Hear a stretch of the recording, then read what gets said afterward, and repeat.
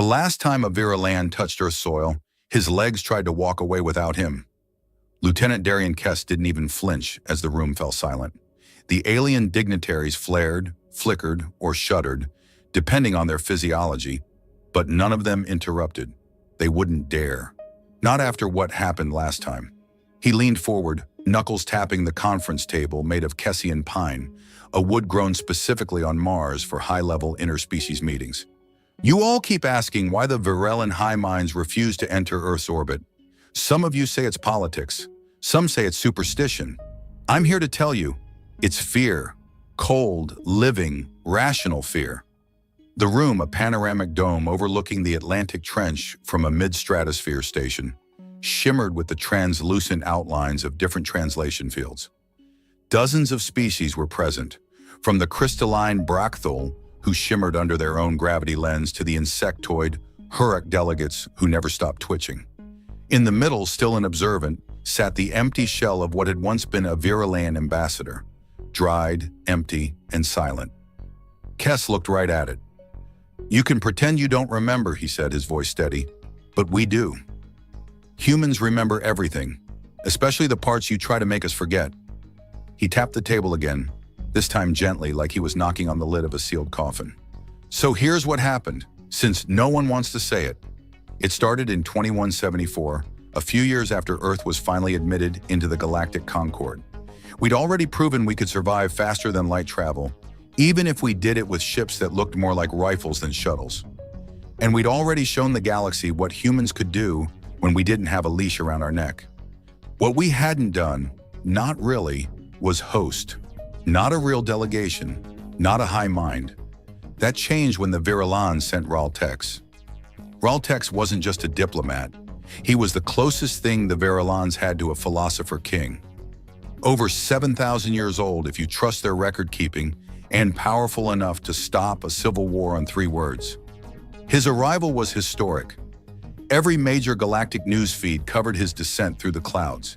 His ship never even touched the ground. It hovered, perfectly still, over the black basalt of the Sahara Protocol landing zone. He didn't walk down a ramp. The ground grew a staircase for him. Nanites wove it like silk from air and sand. But he never made it to the bottom. 3 steps down, something happened. No human really knows what, even now. His body, long, limbless, a coiling thing like a robe made of mirrors, twitched, then rippled, then folded in half. There was a sound, not loud, just wrong, like time tripping over itself. Security footage showed Raltex looking up, confused. He didn't speak, not out loud. The Virellans communicate through harmonic fields and subneural pulses. But whatever he said, the response was immediate. His legs, if you can call them that, detached, cleanly. They writhed like startled eels and tried to slither back into the shuttle. Raltex collapsed. No blood, just silence. He was still alive, barely, but he refused to speak. Wouldn't answer questions, wouldn't eat, wouldn't move. 3 hours later, the shuttle left Earth on autopilot with him sealed inside. He's never been seen since. Virellan emissaries say he's inward bound, which can mean anything from meditative retreat to eternal exile. No Virellan has set foot on Earth since. Not once in 50 years. Kess paused, watching the room. Some of the younger species stared in disbelief. They'd only ever seen Earth in documentaries, sanitized and translated for polite consumption.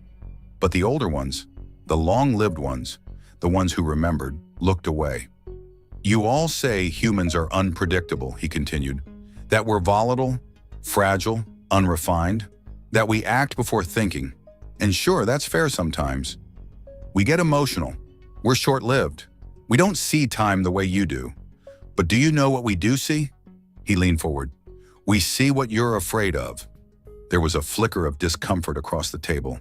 The Egron ambassador buzzed its wings in protest, a low-frequency warning. The Bracthol's light dimmed half a shade. Kess stood. You think Raltex collapsed because of human madness? Or maybe some pathogen he couldn't process? But I was there. His jaw tensed. I was still a cadet, assigned to outer perimeter recon, watching everything through a scope from 2 kilometers out. I watched what happened. And I saw what none of your analysts mentioned. He lifted a hand and made a tiny circle with his fingers. There was a boy, 8 years old, tops, standing behind the safety barrier, eating a banana, just watching. Didn't say a word. But when Raul Tex looked at him, just a glance. Something broke. Not in the boy, in him. The room pulsed with disbelief. You're going to say it doesn't make sense, that a high mind with centuries of mental discipline wouldn't flinch at a child, but I saw his face, or what passes for one, and I saw fear, ancient fear, like he'd seen something old, something he thought was gone. Kes didn't smile, but his voice grew quiet. You all think we're young, and in a way, you're right. But maybe, just maybe, there's something older in us than you realize. He turned from the table, walking toward the exit. As the doors opened, he stopped. And maybe next time you think about sending another Viralan down here, he said, you should ask yourselves why we're not the ones afraid. Then he left. Inside, no one spoke for a long time.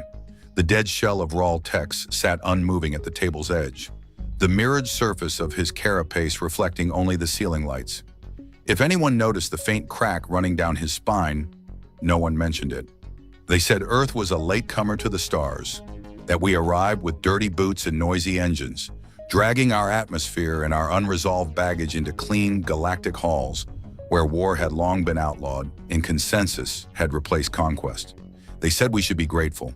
But gratitude had its limits, especially when half the galaxy acted like Earth was a haunted house they all agreed not to talk about.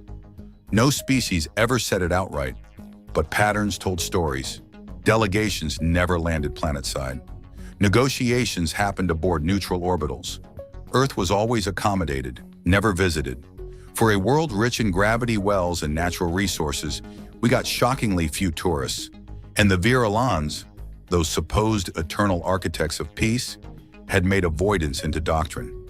Kes walked the rust-colored corridor of the diplomatic wing, hands behind his back. The Martian dust clung to his boots, even here, high inside the Concord Embassy Tower. That was the thing about Martian dust. It didn't care who you were. It stuck, just like Earth's reputation. At the end of the hallway stood a glass door with no frame, its surface rippling like water when he approached. Beyond it, a dark chamber buzzed softly. He entered without knocking. Inside, the light came from the walls themselves, low and amber, like a campfire that never needed wood. In the center sat Aaron Vole, the only Concord analyst assigned full-time to human contact diplomacy. He was not human. His skin looked poured from obsidian and smelled faintly of hot stone. Thin antennae trailed back from his skull like delicate wires, twitching as Kes stepped in.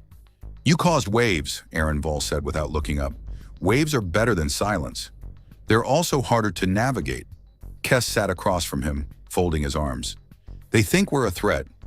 Not because we are, but because they remember something. Something they won't admit. Aaron's eyes, twin rings of dull gold, finally lifted to meet his. You want to know what they remember? Kes didn't answer. Aaron sighed. The Concord records are deep. Deeper than most know. There's a sealed archive, only accessible to analysts at level 5 or above. I accessed it once. Only once. And? It wasn't data, Aaron said, voice lower now. It was a warning. Kes leaned forward. Aaron continued, slow and deliberate. Long before your species ever built its first city, before the first human carved stone into blade or scratched marks into bone, there was an encounter. A single Virellan vessel tasked with long-range biosurvey drifted too close to a planet with unusually high magnetic activity. The surface was unstable, teeming with life that mutated faster than any model allowed. The Virelans landed. He paused. It was Earth. Kes exhaled. Aaron nodded. Back then, there were no humans. Just precursors. Something raw, but conscious. Aware in a way that didn't make sense. The Virelans observed. They never made contact, but they reported resistance. Resistance? To what, they never said. Just that the planet pushed back. Not violently, not directly, but subtly. Their equipment malfunctioned. Their memories fragmented. One of them wrote, "This place knows us." Kes looked away. That report never circulated. The Virulans erased the records, called the planet off limits. They don't visit Earth because they don't want to wake something. But what? Kess asked. Aaron was silent for a long time. Then, you ever wonder why your species evolved the way it did? So fast? So adaptable? Other planets birth sentience slowly. You raced toward it like it was a race you'd already run. Kess shook his head. You're talking about instinct. I'm talking about inheritance, Aaron corrected. Maybe not genetic, maybe environmental. Some planets shape life. Some planets shape thought. And Earth, Aaron Vol looked directly at him. Earth remembers. 2 levels down in a chamber with no external sensors and no communication links, a body floated. Raw text, not a clone, not a recording, the real one, preserved. His outer membranes shimmered faintly, even in suspended stasis. Virulan biology didn't deteriorate the way human tissue did. It calcified. He was neither alive nor dead. He was waiting.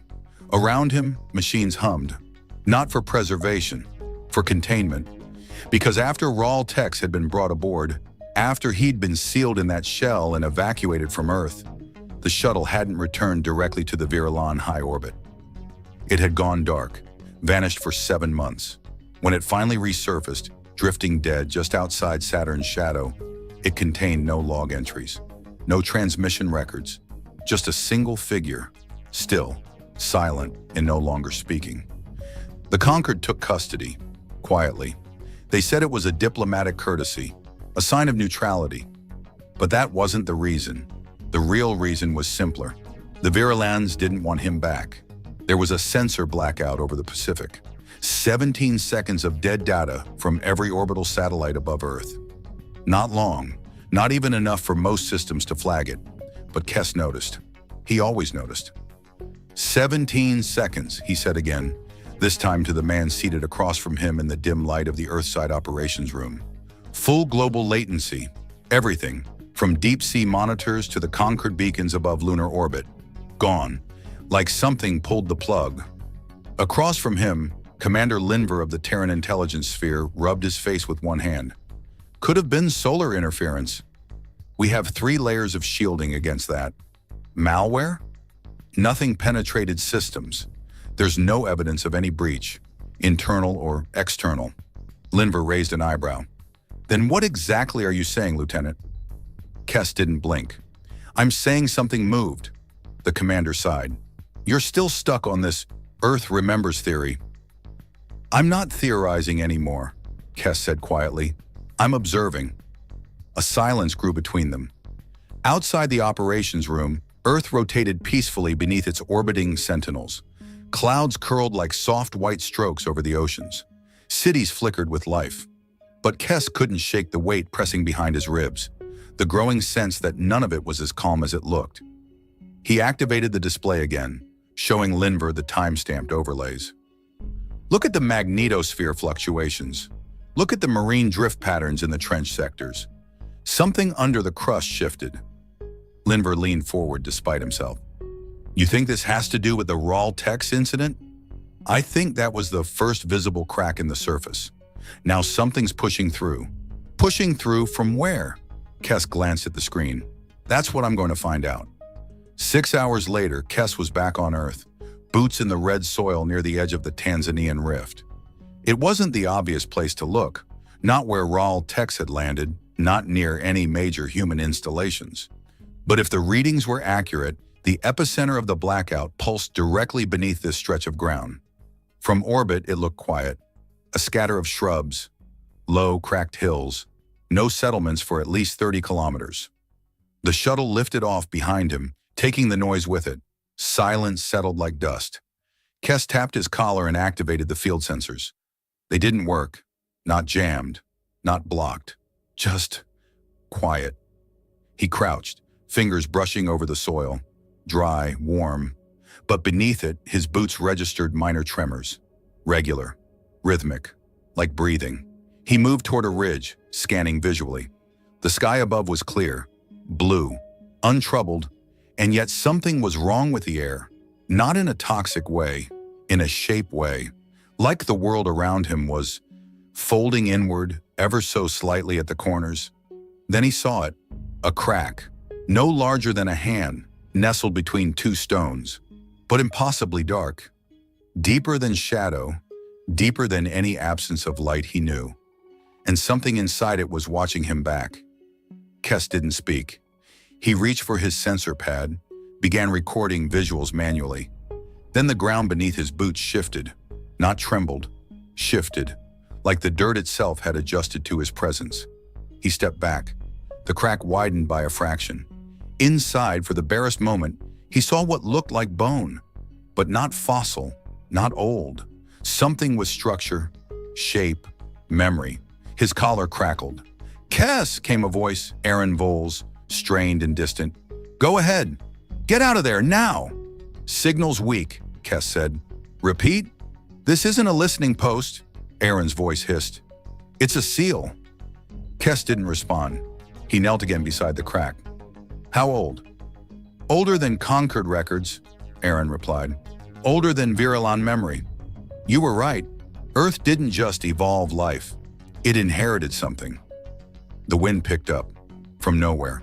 No source, just air, stirring, pulling toward the crack, as though the world had taken a breath and held it. Kes stood slowly, and then he heard it, a whisper. Not outside his head, but not inside either, just around it, like a thought that didn't belong to him. It said, "We do not forget." Kes's knees almost buckled. He stepped back once, twice. The whisper didn't repeat. It didn't need to. Back aboard the orbital station, hours later, Kes stood in the sealed observatory chamber, helmet under one arm. Across the thick glass, Earth glowed quietly in space, oceans spinning like fluid sapphires. Aaron Vole entered behind him. "You felt it, didn't you?" Aaron said. Kes nodded. "Then we have a problem." Kes turned. "What kind?" "The kind that makes the Viralanes run. The kind that sleeps under the floorboards and doesn't like being remembered."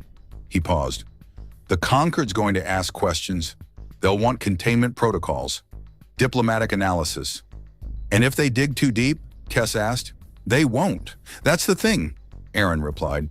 "They'll pretend they never saw it, like they've always done." Kes looked back down at the planet below. "So we're on our own." "We always were." Raltex moved. The motion was slight, barely a twitch of one preserved membrane in the containment chamber. But the sensors caught it. For 49 years, he hadn't shifted. Not once. Not even under forced neural probes. But now, in the middle of a silent Earth rotation, as the planet passed through the same orbital line it had during his collapse, something changed. Aaron Vole was the first to respond. Kes followed. The chamber was colder than usual, not by system failure, but by intention. The internal temperature had adjusted, just enough to simulate the exact ambient conditions of Earth's upper atmosphere on the day Raltex had descended. No one programmed that.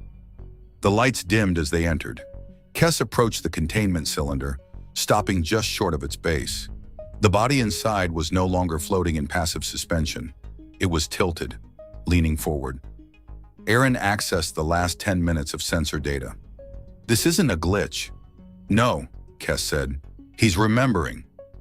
The Viralans didn't die like humans. Not naturally. Their minds extended beyond biology. Their consciousness unraveled slowly into the network of shared ancestral thought, what they called the continuity. It was meant to be seamless, peaceful, but Raltex hadn't joined it. He'd stayed silent, trapped, like something inside him refused to leave, and now that something was stirring. "He's sinking with Earth's orbit," Aaron whispered, "aligning to the old magnetic path." Kes narrowed his eyes. "He's sinking to something else." Then the whisper returned. It didn't come through the speakers. It didn't echo in the room. It simply was, like the pressure before a storm. "You should not have come back." The light inside the cylinder went dark. Not dim, dark, as though the contents of the chamber ceased to exist. Kes drew his sidearm, though he knew it wouldn't help. Aaron stood still, eyes wide. "What do we do?" he asked quietly. Kes didn't answer. Instead, he stepped forward and placed a single hand on the outer glass. It felt warm, not from heat, from presence. "He remembers," the voice said, "and so do we." The darkness inside the cylinder cleared just enough to show a shape. Tex's body had folded again, but not in pain, in reverence or submission. Kess leaned closer. "You were afraid," he said, "not of humanity, of what Earth carried, what it still carries." "You are mistaken," the voice said. "We were not afraid of humanity. We were afraid of ourselves." Aaron looked confused. Kess understood. Earth had always been called young, untamed. But perhaps that wasn't the whole story. Perhaps Earth wasn't wild, it was sealed. Bound in layers of misdirection, disguised by time. But beneath its surface, something ancient lay dreaming. Something the Viralans had known once. Because once, long before the Concord, they had tried to become it. "You tried to bind Earth to the continuity," Kess said slowly. "You tried to rewrite the planet's memory." The glass pulsed with faint light. "We failed, and that failure had cost them." The Viralans had touched something they couldn't control. Not a weapon, not a mind, a principle, a kind of consciousness not tied to individuals, but to the world itself. It didn't forgive. It didn't forget. It waited. Aaron stared at the display in silence. "We need to tell the Concord. We need to—" "No," Kess said. "If they knew what lay beneath Earth, they'd glass the planet." Aaron turned to him. "And if we don't?" "They'll come eventually," Kess said. "Something will draw them, but not yet." He stepped back. The lights in the chamber brightened. Tex returned to stillness. "But we won't let them walk unknowing," Kess said. "Then what do we tell them?" Kess looked Aaron in the eye. "Tell them the truth, the part they can handle." He turned toward the exit, voice calm. "Tell them the galaxy's oldest race refuses to set foot on Earth." 6 months later, the official records were quietly updated. Earth's classification changed from new conquered member to non-visit designate, per Treaty 847A. No reasons were listed. The Viralans made no objection. No alien species requested clarification. Trade continued as usual. Communications remained open. Earth stayed connected, but curiously distant, like a room at the end of a long corridor, lit but never entered. Within Terran intelligence, Kess remained stationed in the Earth Monitoring Division. Aaron Vol returned to his Concord seat but visited often. In the Tanzanian rift, the crack sealed itself. No one spoke of what had been glimpsed, but those who had seen the truth now watched the stars differently, not with fear, with patience, because Earth didn't need to reach for the stars. One day the stars would come back, and Earth would be waiting.